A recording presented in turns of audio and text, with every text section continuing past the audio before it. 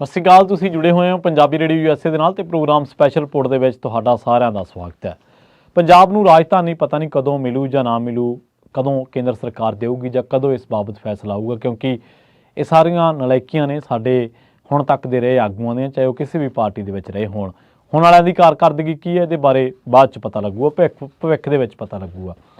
ਖੈਰ, ਦੂਜੀ ਗੱਲ ਇਹ ਹੈ ਕਿ ਪੰਜਾਬ ਦੇ ਪਾਣੀਆਂ ਦਾ ਪਤਾ ਨਹੀਂ ਕਦੋਂ ਨਿਬੇੜਾ ਹੋਊ ਜਾਂ ਨਾ ਹੋਊ, ਇਹਦੇ ਬਾਰੇ ਕੁਛ ਨਹੀਂ ਪਤਾ। ਪਰ ਹਾਂ, ਇੰਨਾ ਜ਼ਰੂਰ ਹੈ ਕਿ ਕੇਂਦਰ ਸਰਕਾਰ ਨੇ ਪੰਜਾਬ ਤੋਂ ਇਹਨਾਂ ਚੀਜ਼ਾਂ ਨੂੰ ਖੋਹਣ ਦੇ ਵਿੱਚ ਕੋਈ ਕਸਰ ਜਾਂ ਕੋਈ ਕੋਸ਼ਿਸ਼ ਬਾਕੀ ਨਹੀਂ ਛੱਡਣੀ, ਨਾ ਹੀ ਛੱਡੀ ਹੈ ਅਤੇ ਨਾ ਹੀ ਛੱਡਣੀ ਹੈ।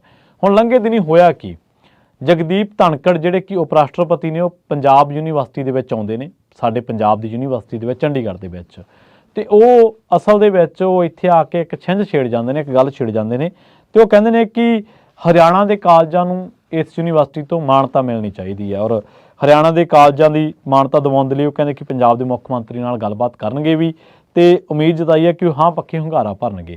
ਹੁਣ ਇਸ ਬਾਬਤ ਇਸ ਪ੍ਰੋਗਰਾਮ ਦੇ ਵਿੱਚ ਅਮਨ ਅਰੋੜਾ ਵੀ ਸੀਗੇ, ਜਿਹੜੇ ਕਾਂਗਰਸ ਤੋਂ ਆਏ ਨੇ ਅਤੇ ਇੱਥੇ ਮੰਤਰੀ ਨੇ, ਅਤੇ ਹੁਣ 2 ਸਾਲਾਂ ਦੀ ਉਹਨਾਂ ਨੂੰ ਸਜ਼ਾ ਹੋ ਚੁੱਕੀ ਹੈ ਇੱਕ ਮਾਮਲੇ ਦੇ ਵਿੱਚ। ਅਤੇ ਇੱਥੇ ਵਿਕਰਮਜੀਤ ਸਿੰਘ ਸਾਹਨੀ ਵੀ ਸੀਗੇ, ਜਿਹੜੇ ਕਿ ਰਾਜ ਸਭਾ ਮੈਂਬਰ ਨੇ ਆਮ ਆਦਮੀ ਪਾਰਟੀ ਤਰਫੋਂ, ਅਤੇ ਉਹ ਤਾਂ ਉੱਥੇ ਗਾਣਾ ਗੂਣਾ ਗਜ਼ਲਾਂ ਸੁਣਾ ਰਹੇ ਸੀਗੇ। ਪਰ ਜਿਵੇਂ ਉਪ ਰਾਸ਼ਟਰਪਤੀ ਇਸ ਗੱਲ ਛੇੜਦੇ ਨੇ, ਚਰਚਾ ਛੇੜਦੇ ਨੇ, ਤਾਂ ਇਹਨਾਂ ਦੋਨਾਂ ਨੇ ਜਵਾਬ ਕੋਈ ਨਹੀਂ ਦਿੱਤਾ ਉਹਨਾਂ ਨੂੰ। ਕਿਉਂ ਨਹੀਂ ਦਿੱਤਾ? ਸਮਾਂ ਸਹੀ ਨਹੀਂ ਸੀ, ਜਾਂ ਬਾਹਰ ਆ ਕੇ ਪ੍ਰੈਸ ਨੂੰ ਕਹਿ ਦਿੰਦੇ। ਇਹਨਾਂ ਦੀ ਮਜਬੂਰੀ ਕੀ ਸੀ? ਪੰਜਾਬ ਦੇ ਵਸਿੰਦੇ ਹੋ ਕੇ, ਪੰਜਾਬ ਦੇ ਨੁਮਾਇੰਦੇ ਹੋ ਕੇ, ਇੱਕ ਕੈਬਨਿਟ ਮੰਤਰੀ ਆ ਪੰਜਾਬ ਦਾ ਅਤੇ ਇੱਕ ਰਾਜ ਸਭਾ ਮੈਂਬਰ ਆ ਪੰਜਾਬ ਦਾ। ਭਾਰਤ ਦਾ ਪ੍ਰਧਾਨ ਮੰਤਰੀ ਨਰਿੰਦਰ ਮੋਦੀ, ਉਹ ਬੈਠਾ ਸੀ ਸਾਊਥ ਦੇ ਵਿੱਚ, ਬੈਠੇ ਸਨ ਕਿਤੇ ਸਾਊਥ ਦੇ ਵਿੱਚ ਇੱਕ ਪ੍ਰੋਗਰਾਮ ਦੇ ਵਿੱਚ, ਅਤੇ ਉੱਥੋਂ ਦਾ ਮੁੱਖ ਮੰਤਰੀ, ਉੱਥੋਂ ਦਾ ਇੱਕ ਅਹਿਮ ਮੰਤਰੀ ਉੱਠ ਕੇ ਕਹਿੰਦਾ ਕਿ ਸਾਡੇ 'ਤੇ ਹਿੰਦੀ ਨਾ ਥੋਪੋ। ਪ੍ਰਧਾਨ ਮੰਤਰੀ ਦੀ ਮੌਜੂਦਗੀ ਦੇ ਵਿੱਚ ਉਹਨੇ ਗੱਲ ਕਹੀ ਕਿ ਪੰਜਾਬ ਦੇ ਵਿੱਚ ਕੋਈ ਐਸਾ ਆਗੂ ਹੈ ਜਿਹਦੇ 'ਚ ਇੰਨੀ ਬੈਕਬੋਨ ਹੋਵੇ। ਇੱਥੇ ਆ ਕੇ ਉਪ ਰਾਸ਼ਟਰਪਤੀ ਕੀ ਕਹਿ ਰਿਹਾ ਕਿ ਚੰਡੀਗੜ੍ਹ ਨੂੰ ਤੁਸੀਂ ਮਾਨਤਾ ਦਿਓ ਹਰਿਆਣੇ ਦੇ ਕਾਲਜਾਂ ਨੂੰ, ਜਦ ਕਿ 1973 ਦੇ ਵਿੱਚ ਇਹਨਾਂ ਨੇ ਖੁਦ ਮਾਨਤਾ ਛੱਡੀ ਹੈ। ਉਦੋਂ ਇਹਨਾਂ ਦੇ ਮੰਤਰੀ ਹੁੰਦੇ ਸਨ, ਮਾਫ ਕਰਨਾ, ਸ਼ਾਇਦ ਚੌਧਰੀ ਬੰਸੀ ਲਾਲ ਸ਼ਾਇਦ ਹੁੰਦੇ ਸਨ ਉਹਨਾਂ ਸਮਿਆਂ ਦੇ ਵਿੱਚ। ਆਪਾਂ ਫਿਰ ਵੀ ਇਸ ਰਿਪੋਰਟ ਦੇ ਕਿਸੇ ਨਾ ਕਿਸੇ ਅੰਸ਼ ਦੇ ਵਿੱਚ ਉਹਨਾਂ ਦਾ ਜਿਹੜਾ ਨਾਮ ਹੋਊਗਾ, ਉਹਨਾਂ ਨੇ, ਹਾਂ, ਇਹਨਾਂ ਦੇ ਤਤਕਾਲੀ ਮੁੱਖ ਮੰਤਰੀ ਬੰਸੀ ਲਾਲ ਹੀ ਹੁੰਦੇ ਸਨ 1973 ਦੇ ਵਿੱਚ, ਅਤੇ ਇਹਨਾਂ ਨੇ ਪੰਜਾਬ ਯੂਨੀਵਰਸਿਟੀ ਤੋਂ ਆਪਣਾ ਅਧਿਕਾਰ ਛੱਡਤਾ ਸੀ। ਕੇਂਦਰੀ ਯੂਨੀਵਰਸਿਟੀ ਬਣਾਉਣ ਦੀਆਂ ਕਵਾਇਦਾਂ ਲਗਾਤਾਰ ਜਾਰੀ ਨੇ ਕੇਂਦਰ ਦੇ ਵੱਲੋਂ, ਪਰ ਪੰਜਾਬ ਫਿਰ ਵੀ ਆਈ ਵਾਰੀ ਕੋਈ ਨਾ ਕੋਈ ਅੜਿੱਕਾ ਪਾ ਕੇ ਇੱਥੋਂ ਦੀ ਸਟੂਡੈਂਟ ਜਿਹੜੇ ਨੇ ਜਾਂ ਇਹਨਾਂ ਦੀ ਜਿਹੜੀ ਮੈਨੇਜਮੈਂਟ ਆ ਉਹਦੇ ਵਿੱਚ ਕੋਈ ਨਾ ਕੋਈ ਉਹ ਪ੍ਰੋਟੈਸਟ ਕਰਕੇ ਇਹਨਾਂ ਚੀਜ਼ਾਂ ਨੂੰ ਰੋਕ ਲੈਂਦੇ ਨੇ। ਪਰ ਸਭ ਤੋਂ ਅਹਿਮ ਸਵਾਲ ਕੀ ਹੈ ਇਸ ਮਾਮਲੇ ਦੇ ਵਿੱਚ ਕਿ ਜਿਹੜੇ ਸੰਵਿਧਾਨਕ ਅਹੁਦੇ ਨੇ, ਚਾਹੇ ਉਹ ਉਪ ਰਾਸ਼ਟਰਪਤੀ ਦਾ, ਚਾਹੇ ਉਹ ਰਾਜਪਾਲ ਦਾ, ਕਿ ਇਹਨਾਂ ਦਾ ਕੰਮ ਜਿੱਥੇ ਸਰਕਾਰਾਂ ਨੇ ਇਹਨਾਂ ਦੀਆਂ, ਉਹਨਾਂ ਦਾ ਪੱਖ ਪੂਰਨਾ ਹੀ ਇਹਨਾਂ ਦਾ ਕੰਮ ਰਹਿ ਗਿਆ ਕਿ ਭਾਵੇਂ ਬਨਵਾਰੀ ਲਾਲ ਪ੍ਰੋਹਤ ਨੇ ਅਤੇ ਭਾਵੇਂ ਉਪ ਰਾਸ਼ਟਰਪਤੀ ਜਗਦੀਪ ਧਨਖੜ ਨੇ, ਕਿ ਦੂਜੇ ਸੂਬਿਆਂ ਦੀਆਂ ਜਿੱਥੇ ਇਹਨਾਂ ਦੇ ਸਰਕਾਰਾਂ ਨਹੀਂ, ਕਿ ਉਹਨਾਂ ਦੇ ਅਧਿਕਾਰਾਂ 'ਤੇ ਡਾਕਾ ਮਾਰਨਾ ਹੀ ਕੰਮ ਰਹਿ ਗਿਆ ਇਹਨਾਂ ਲੋਕਾਂ ਦਾ। ਇਹ ਸੰਵਿਧਾਨਕ ਅਹੁਦੇ ਨੇ, ਇਹ ਲੋਕ ਪੰਜਾਬ ਦੇ ਵੀ ਉਹਨੇ ਨੇ ਅਤੇ ਹਰਿਆਣੇ ਦੇ ਵੀ ਸਾਂਝੇ ਨੇ। ਔਰ ਇਹਨਾਂ ਦਾ ਕੰਮ ਇਹ ਨਹੀਂ ਹੈ ਕਿ ਜੋ ਉੱਥੋਂ ਦੇ ਇੰਟਰਨਲ ਮੈਟਰਸ ਨੇ, ਜੋ ਉਹਨਾਂ ਰਾਜਾਂ ਦੇ ਆਪਸੀ ਮਾਮਲੇ ਨੇ, ਉੱਥੇ ਸੰਵਿਧਾਨਕ ਅਪਰੋਚ ਤੋਂ ਬਿਨਾਂ ਇਹ ਕੋਈ ਰਾਏ ਵੀ ਰੱਖਣ। ਹੁਣ ਲੰਘੇ ਦਿਨੀ ਤੁਹਾਨੂੰ ਯਾਦ ਕਰਾ ਦਿੰਦਾ ਇੱਕ ਹੋਰ ਮਾਮਲਾ ਕਿ ਪੰਜਾਬ ਦੇ ਰਾਜਪਾਲ ਇੱਕ ਅਹਿਮ ਮਾਮਲੇ ਨੂੰ ਲੈ ਕੇ ਉਹ ਕਹਿੰਦੇ ਨੇ ਕਿ ਇਹ ਮੇਰੀ ਨਿੱਜੀ ਰਾਏ ਹੈ। ਤੁਹਾਡੀ ਨਿੱਜੀ ਰਾਏ ਕਿਵੇਂ ਹੋਗੀ? ਸੰਵਿਧਾਨਕ ਅਹੁਦੇ 'ਤੇ ਹੋ ਕੇ ਤੁਸੀਂ ਪੰਜਾਬ ਦੇ ਇੱਕ ਅਹਿਮ ਮਾਮਲੇ 'ਤੇ ਆਪਣੀ ਰਾਏ ਦੇ ਰਹੇ ਹੋ, ਉਹ ਤੁਹਾਡੀ ਨਿੱਜੀ ਕਿਵੇਂ ਹੋਗੀ? ਨਿੱਜੀ ਤਾਂ ਉਦੋਂ ਤਾਂ ਹੋਊ ਜਦੋਂ ਤੁਸੀਂ ਇੱਥੋਂ ਦੀ ਕੁਰਸੀ ਛੱਡ ਕੇ, ਇੱਥੋਂ ਦਾ ਰਾਜ ਭਵਨ ਛੱਡ ਕੇ ਜਾਓਗੇ, ਅਤੇ ਉਦੋਂ ਤੁਸੀਂ ਕਹਿ ਦਿਓ ਕਿ ਹਾਂ ਮੇਰੀ ਨਿੱਜੀ ਰਾਏ, ਜਦੋਂ ਤੱਕ ਤੁਸੀਂ ਇਹਨਾਂ ਅਹੁਦਿਆਂ 'ਤੇ ਨਹੀਂ ਗਏ। ਪਰ ਦੁੱਖ ਦੀ ਗੱਲ ਹੈ ਕਿ ਜਿਹੜੇ ਸਾਡੇ ਰਾਜ ਸਭਾ ਮੈਂਬਰ ਨੇ ਵਿਕਰਮਜੀਤ ਸਿੰਘ ਸਾਹਨੀ, ਅਮਨ ਅਰੋੜਾ, ਇਹਨਾਂ ਨੇ ਉਸ ਸਮੇਂ ਜਦੋਂ ਸਮਾਂ ਸੀਗਾ ਇਸ ਗੱਲ ਨੂੰ ਟੋਕਣ ਦਾ ਜਾਂ ਇਸ ਗੱਲ 'ਤੇ ਆਪਣਾ ਪੱਖ ਰੱਖਣ ਦਾ, ਇਹਨਾਂ ਨੇ ਨਹੀਂ ਰੱਖਿਆ। ਹੁਣ ਕਿਉਂਕਿ ਪੰਜਾਬੀ ਰੇਡੀਓ ਯੂਐਸਏ 'ਤੇ ਪ੍ਰਮੁੱਖਤਾ ਦੇ ਨਾਲ ਇਹ ਮੁੱਦਾ ਚੁੱਕਿਆ ਗਿਆ ਸੀ ਖਬਰ 'ਤੇ ਨਜ਼ਰ ਪ੍ਰੋਗਰਾਮ ਦੇ ਵਿੱਚ, ਉਦੋਂ ਕਿਹਾ ਗਿਆ ਸੀਗਾ ਕਿ ਇਹ ਜਿਹੜੀ ਉਹਨਾਂ ਨੇ ਗੱਲ ਛੇੜੀ ਹੈ, ਇਹ ਗੱਲ ਪੰਜਾਬ ਦੇ ਵਿਰੋਧ ਦੇ ਵਿੱਚ ਹੈ, ਪੰਜਾਬ ਦੇ ਪੱਖ ਦੇ ਵਿੱਚ ਇਹ ਕੋਈ ਗੱਲਾਂ ਨਹੀਂ ਹੈ। ਇਸ ਮਾਮਲੇ ਦੇ ਵਿੱਚ ਪੰਜਾਬ ਦੇ ਮੁੱਖ ਮੰਤਰੀ ਅਤੇ ਹਰਿਆਣਾ ਦੇ ਮੁੱਖ ਮੰਤਰੀ ਮਨੋਹਰ ਲਾਲ ਖੱਟਰ ਦੀ ਇੱਕ ਮੀਟਿੰਗ ਹੋ ਚੁੱਕੀ ਹੈ, ਅਤੇ ਉਸ ਮੀਟਿੰਗ ਦੇ ਵਿੱਚ ਰਾਜਪਾਲ ਬਨਵਾਰੀ ਲਾਲ ਪ੍ਰੋਹਤ ਵੀ ਇਹੀ ਪੀਪਣੀ ਵਜਾ ਰਹੇ ਨੇ, ਇਹੀ ਬਾਂਸਰੀ, ਇਹੀ ਧੋਣਾ ਉਹਨਾਂ ਦੀ ਕਿ ਤੁਸੀਂ ਚੰਡੀਗੜ੍ਹ ਦੇ ਯੂਨੀਵਰਸਿਟੀ, ਜਿਹੜੀ ਪੰਜਾਬ ਯੂਨੀਵਰਸਿਟੀ ਚੰਡੀਗੜ੍ਹ ਹੈ, ਇਹਦੇ ਤੋਂ ਮਾਨਤਾ ਦਿਵਾਓ। ਹੁਣ ਇੱਕ ਪੰਜਾਬ ਯੂਨੀਵਰਸਿਟੀ ਚੰਡੀਗੜ੍ਹ ਘੜੂਏ ਹੈ, ਜਿਹਦੇ ਬਾਰੇ ਇਹ ਕਿਹਾ ਜਾਂਦਾ ਹੈ ਕਿ ਇਹ ਯੂਨੀਵਰਸਿਟੀ ਵੀ ਉਸ ਪੰਜਾਬ ਯੂਨੀਵਰਸਿਟੀ ਦਾ ਭੁਲੇਖਾ ਪਾਉਣ ਦੇ ਲਈ ਤਿਆਰ ਕੀਤੀ ਗਈ ਹੈ। ਔਰ ਉਸ ਯੂਨੀਵਰਸਿਟੀ ਦੇ ਬਾਰੇ ਕਿਹਾ ਜਾਂਦਾ, ਅਕਸਰ ਹੀ ਚਰਚਾ ਰਹਿੰਦੀ ਹੈ ਕਿ ਉਸ ਯੂਨੀਵਰਸਿਟੀ ਨੂੰ ਆਸ਼ੀਰਵਾਦ ਵੀ ਬੀਜੇਪੀ ਦਾ ਪੂਰਾ ਹੈ, ਕਿਉਂਕਿ ਉਹ ਜਿਹੜੇ ਯੂਨੀਵਰਸਿਟੀ ਦੇ ਕਰਤਾ ਧਰਤਾ ਨੇ ਉਹਨਾਂ ਦਾ ਬੀਜੇਪੀ ਦੇ ਵਿੱਚ ਚੰਗਾ ਹੱਥ ਅੜਦਾ। ਖੈਰ, ਹੁਣ ਯੂਨੀਵਰਸਿਟੀ ਬਾਰੇ ਕਿਹਾ ਜਾਂਦਾ ਕਿ ਜੇਕਰ ਇਹਨੂੰ ਗ੍ਰਾਂਟਾਂ ਦੀ ਕਮੀ ਹੈ, ਜੇਕਰ ਇਹਦੇ ਕੋਲੇ ਫੰਡ ਹੈ ਨਹੀਂਗੇ, ਤਾਂ ਤੁਸੀਂ ਇਹਨੂੰ ਕੇਂਦਰੀ ਯੂਨੀਵਰਸਿਟੀ ਬਣਾ ਦਿਓ। ਕੀ ਗੱਲ ਤੁਸੀਂ ਉਡੀਕ ਹੀ ਕਰਦੇ ਰਹਿੰਦੇ ਆ ਕਿ ਕੋਈ ਪੰਜਾਬ ਦਾ ਅਦਾਰਾ ਕੋਈ ਆਰਥਿਕ ਪੱਖੋਂ ਕੰਗਾਲ ਹੋਵੇ ਤੇ ਫਿਰ ਅਸੀਂ ਉਹਨੂੰ ਖਰੀਦ ਲਈਏ, ਜਾਂ ਅਸੀਂ ਉਹਨੂੰ ਕਹਿ ਦਈਏ ਕਿ ਭਾਈ ਤੁਸੀਂ ਇਹਦੇ ਵਿੱਚ ਆਪਣਾ ਜਿਹੜਾ ਉਹ ਆਪਦਾ ਸ਼ੇਅਰ ਕੱਢ ਲਓ ਤੇ ਅਸੀਂ ਆਪਦਾ ਪਾ ਲੈਂਦੇ ਹਾਂ। ਇਸੇ ਤਰ੍ਹਾਂ BBMB ਦੇ ਵਿੱਚ ਹੁਣ ਸਾਡੀ ਕੋਈ ਪੰਜਾਬ ਦੀ ਕੋਈ ਜਿਹੜੀ ਆ ਉਹ ਪੰਜਾਬ ਵੱਲੋਂ ਕੋਈ ਅਸਾਮੀ ਨਹੀਂ ਹੈ। ਇਸੇ ਤਰ੍ਹਾਂ ਚੰਡੀਗੜ੍ਹ ਦੇ ਪ੍ਰਸ਼ਾਸਨ ਦੇ ਵਿੱਚ ਅਸੀਂ ਕਿਸੇ ਸਮੇਂ ਦੇ ਵਿੱਚ 60-40 ਦੀ ਰੇਸ਼ੋ ਤੇ ਸਾਂ, ਪੰਜਾਬ 60 ਤੇ ਹਰਿਆਣਾ 40। ਅੱਜ ਕਿੰਨੀ ਰਹਿ ਗਈ ਹੈ? UT ਆ, ਉਹਨੇ UT ਦਾ ਮਹਾਂਦਰਾ ਲੈ ਲਿਆ ਨਾ। ਕੋਈ ਹਰਿਆਣੇ ਦੇ ਤਾਂ ਉੱਥੇ ਹੈਗੇ ਨੇ, ਪਰ ਪੰਜਾਬ ਦੇ ਕਿੰਨੇ ਕੁ ਨੇ। ਇਸੇ ਤਰ੍ਹਾਂ ਬਹੁਤ ਸਾਰੀਆਂ ਕਵਾਇਦਾਂ ਨੇ, ਔਰ ਉਹਦੇ 'ਚ ਰਾਜਪਾਲ ਕਹਿ ਰਹੇ ਨੇ ਸਾਡੇ ਮੁੱਖ ਮੰਤਰੀ ਸਾਹਿਬ ਨੂੰ ਕਿ ਤੁਸੀਂ ਇਹਨਾਂ ਦੀ ਮੰਗ ਤੇ ਵਿਚਾਰ ਕਰੋ। ਰਾਜਪਾਲ ਕਿਉਂ ਇਹਨਾਂ ਗੱਲਾਂ ਦੇ ਵਿੱਚ ਦਖਲਅੰਦਾਜ਼ੀ ਕਰ ਰਹੇ ਨੇ? ਦੋ ਮੁੱਖ ਮੰਤਰੀਆਂ ਦਾ ਮਾਮਲਾ ਹੈ। ਔਰ ਉਸ ਮੀਟਿੰਗ ਦੇ ਵਿੱਚ ਜਿਹੜੀ ਮੀਟਿੰਗ ਹੋਈ ਸੀ, ਇੱਕ ਰਿਪੋਰਟ ਮੇਰੇ ਕੋਲੇ ਹੈਗੀ ਆ, ਉਹ ਰਿਪੋਰਟ ਹੈਗੀ ਹੈ ਹਿੰਦੁਸਤਾਨ ਟਾਈਮਜ਼ ਦੀ, 5 ਜੂਨ ਦੀ ਰਿਪੋਰਟ ਹੈ। ਉਹ ਕਹਿੰਦੇ ਕਿ ਮੁੱਖ ਮੰਤਰੀ CM ਭਗਵੰਤ ਮਾਨ ਨੇ ਕਿਹਾ ਕਿ ਮੈਂ ਇਸ ਮਾਮਲੇ ਨੂੰ ਜਿਹੜੀ ਤਜਵੀਜ਼ ਹੈ ਇਹਨੂੰ ਮੈਂ ਰੱਦ ਕਰਦਾ ਤੇ ਚੰਡੀਗੜ੍ਹ ਸਥਿਤ ਯੂਨੀਵਰਸਿਟੀ ਹਮੇਸ਼ਾ ਪੰਜਾਬ ਦੀ ਪਰੰਪਰਾ ਤੇ ਮਾਣਮੱਤੀ ਵਿਰਾਸਤ ਦੇ ਨਾਲ ਜੁੜੀ ਹੋਈ ਹੈ। ਅੱਜ ਦੀਆਂ ਸਰਕਾਰਾਂ ਨੂੰ ਜਾਂ ਕੇਂਦਰ ਦੀਆਂ ਸਰਕਾਰਾਂ ਨੂੰ ਜਾਂ ਕਹਿ ਲਓ ਦਿੱਲੀ ਨੂੰ, ਇਹ ਹਮੇਸ਼ਾ ਲੱਗਦਾ ਰਿਹਾ ਕਿ ਪੰਜਾਬ ਕਿਉਂ ਆਪਣਾ ਹੱਕ ਜਤਾਉਂਦਾ ਹੈ।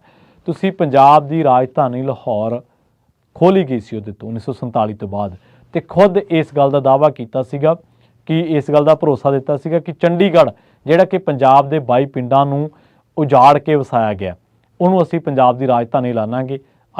ਅੱਜ ਤੱਕ ਸਾਨੂੰ ਰਾਜਧਾਨੀ ਨਹੀਂ ਮਿਲੀ ਪੰਜਾਬੀਆਂ ਨੂੰ, ਔਰ ਅੱਜ ਤੱਕ ਉੱਥੇ ਜਿਹੜਾ ਸਾਡਾ ਅਧਿਕਾਰ ਸੀਗਾ ਉਹ ਵੀ ਹੌਲੀ ਹੌਲੀ ਹੁੰਦੇ ਖੋਰਾ ਲੱਗਦਾ ਗਿਆ ਉਹਨੂੰ। ਕਿਉਂ? ਨਿਊ ਚੰਡੀਗੜ੍ਹ ਦਾ ਆਈਡੀਆ ਕਿਹਦਾ ਸੀ? ਕਿਹੜੇ ਲੋਕ ਸਨ ਜਿਹੜੇ ਚੰਡੀਗੜ੍ਹ ਤੋਂ ਆਪਣੇ ਦਫ਼ਤਰ ਕੱਢ ਕੇ ਮੁਹਾਲੀ ਲੈ ਕੇ ਆਏ? ਖੋਜ ਕਰਿਓ ਕਦੇ। ਕਿਹੜੇ ਲੋਕ ਸਨ ਜਿਨ੍ਹਾਂ ਨੇ ਸਾਡੇ ਅਧਿਕਾਰੀ, ਸਾਡੇ SSP, ਸਾਡੇ ਜਿਹੜੇ IAS ਅਫਸਰ ਸੀ, ਉਹਨਾਂ ਨੂੰ ਚੰਡੀਗੜ੍ਹ ਦੇ ਵਿੱਚ ਡੈਪੂਟੇਸ਼ਨ ਤੇ ਨਹੀਂ ਭੇਜਿਆ? ਉਹ ਕਿਹਨਾਂ ਦੀਆਂ ਸਰਕਾਰਾਂ ਸੀ ਜਿਨ੍ਹਾਂ ਦੇ ਦਰਮਿਆਨੇ ਕੁਤਾਹੀਆਂ ਹੋਈਆਂ? ਔਰ ਰਾਜਧਾਨੀਆਂ ਜਿਹੜੀਆਂ ਸਰਕਾਰਾਂ ਹੁੰਦੀਆਂ ਨੇ, ਸੂਬੇ ਹੁੰਦੇ ਨੇ, ਉਹਨਾਂ ਦੇ ਸਵੈਮਾਣ ਦਾ ਪ੍ਰਤੀਕ ਹੁੰਦੀਆਂ ਨੇ। ਚੰਡੀਗੜ੍ਹ ਦੇ ਸਾਡੇ ਲਈ ਅਹਿਮੀਅਤ ਉਹ ਹੈ ਜੋ ਫਰਾਂਸ ਦੇ ਲਈ ਆਪਣੀ ਰਾਜਧਾਨੀ ਦੀ ਹੈ, ਜੋ ਪੈਰਿਸ ਦੀ ਫਰਾਂਸ ਦੇ ਲਈ ਹੈ, ਜੋ ਪਾਕਿਸਤਾਨ ਦੇ ਲਈ ਲਾਹੌਰ ਦੀ ਹੈ, ਜੋ ਦਿੱਲੀ ਭਾਰਤ ਦੇ ਲਈ ਦਿੱਲੀ ਦੀ ਅਹਿਮੀਅਤ ਹੈ। ਉਹ ਸਾਡੀਆਂ ਜਿਹੜੀਆਂ ਨੇ ਉਹ ਸਾਡੀ ਲਈ ਚੰਡੀਗੜ੍ਹ ਇੰਨਾ ਅਹਿਮੀਅਤ ਰੱਖਦਾ ਹੈ।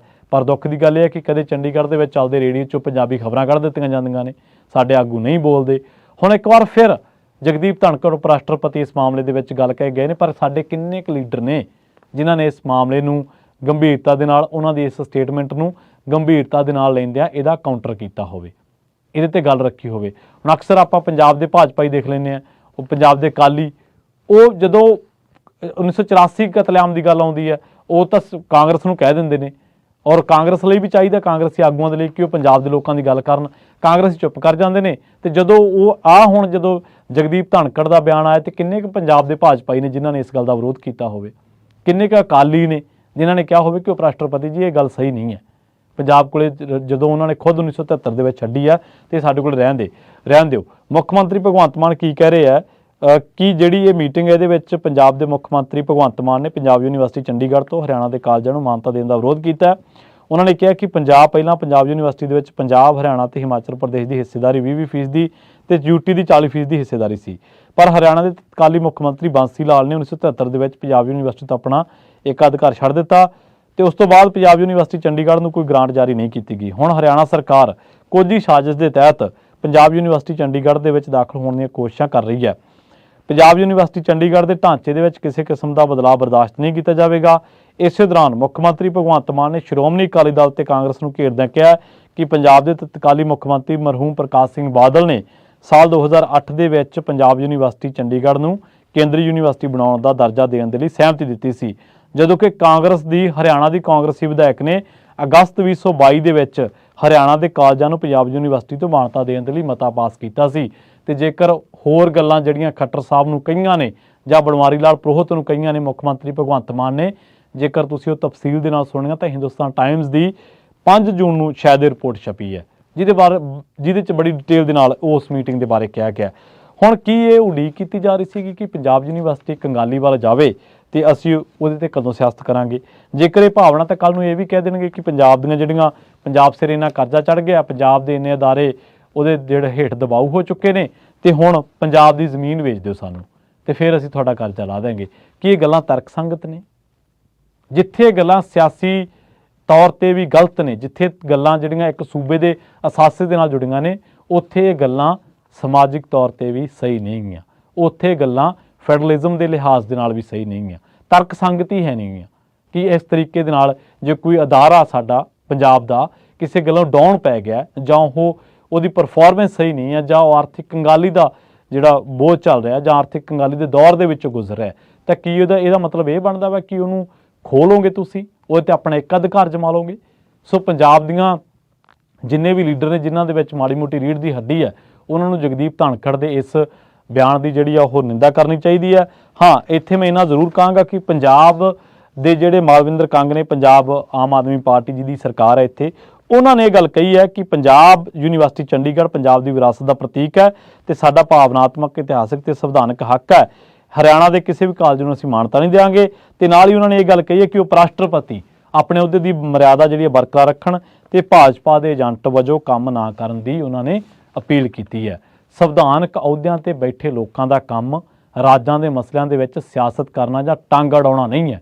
ਉਹਨਾਂ ਦਾ ਕੰਮ ਹੈ ਸੰਵਿਧਾਨਕ ਤੌਰ ਤੇ ਜੋ ਉਹ ਰੈਫਰੈਂਸ ਦੇ ਸਕਦੇ ਨੇ, ਸੰਵਿਧਾਨਕ ਤੌਰ ਤੇ ਜੋ ਸੁਝਾਅ ਦੇ ਸਕਦੇ ਨੇ, ਉਹ ਉਹੀ ਦੇਣ। ਪੰਜਾਬ ਭਾਜਪਾ ਆਪਣਾ ਰੁਖ ਸਪਸ਼ਟ ਕਰੇ ਇਸ ਮਾਮਲੇ ਦੇ ਵਿੱਚ। ਪੰਜਾਬ ਸਰਕਾਰ ਲੋਕਾਂ ਨੂੰ ਦੱਸੇ ਕਿ ਉਹਨਾਂ ਨੇ ਹੋਰ ਅੱਗੇ ਕੀ ਕੀਤਾ। ਪੰਜਾਬ ਦੀਆਂ ਜਿਹੜੀਆਂ ਰਵਾਇਤੀ ਧਿਰਾਂ ਜਿਨ੍ਹਾਂ ਨੇ ਰਾਜ ਕੀਤਾ, ਉਹ ਇਸ ਮਾਮਲੇ ਦੇ ਵਿੱਚ ਇਹ ਗੱਲ ਮੰਨਣ ਕਿ ਵਾਕਈ ਉਹਨਾਂ ਨੇ ਇਹਨਾਂ ਚੀਜ਼ਾਂ ਦੇ ਉੱਤੇ ਕੋਈ ਬਾਹਲਾ ਕੰਮ ਨਹੀਂ ਕੀਤਾ। ਤੇ ਜਿਹੜੀ ਕੇਂਦਰ ਦੇ ਵਿੱਚ ਭਾਜਪਾ ਸਰਕਾਰ ਹੈ, ਜਿਹੜੇ ਜਗਦੀਪ ਧਾਣਖੜ ਜੀ ਨੇ ਉਪ ਰਾਸ਼ਟਰਪਤੀ, ਉਹ ਵੀ ਇਹਨਾਂ ਗੱਲਾਂ ਨੂੰ ਤਸਦੀਕ ਕਰਨ ਕਿ ਇਹ ਰਾਜਾਂ ਦੇ ਮਾਮਲੇ ਨੇ, ਉਹ ਆਪਣੇ ਤਰੀਕੇ ਨਾਲ ਸਿੱਝਣ, ਉਹ ਭਾਜਪਾ ਏਜੰਟ ਵਜੋਂ ਕੰਮ ਨਾ ਕਰਕੇ ਆਪਣੇ ਅਹੁਦੇ ਦੀ ਮਰਿਆਦਾ ਬਰਕਰਾਰ ਰੱਖਣ ਤੇ ਨਾਲ ਹੀ ਉਹ ਇੱਥੇ ਆ ਕੇ ਉਪ ਰਾਸ਼ਟਰਪਤੀ ਵਜੋਂ ਵਿਚਰਨ, ਨਾ ਕਿ ਇੱਕ ਭਾਜਪਾ ਦੇ ਪ੍ਰਧਾਨ ਦੇ ਵਜੋਂ ਵਿਚਰਨ। ਜੇਕਰ ਉਹਨਾਂ ਨੂੰ ਆਪਣੀ ਮਮਿਕਰੀ ਤੇ ਦੁੱਖ ਆਉਂਦਾ ਤਾਂ ਸਾਨੂੰ ਦੁੱਖ ਉਦੋਂ ਆਉਂਦਾ ਜਦੋਂ ਕੋਈ ਸਾਡੇ ਸੂਬੇ ਦੇ ਅਧਿਕਾਰਾਂ, ਹੱਕਾਂ ਤੇ ਡਾਕਾ ਮਾਰਨ ਦੀ ਗੱਲ ਕਰਦਾ। ਬਹੁਤ ਬਹੁਤ ਧੰਨਵਾਦ, ਜਲਦ ਮਿਲਾਂਗੇ।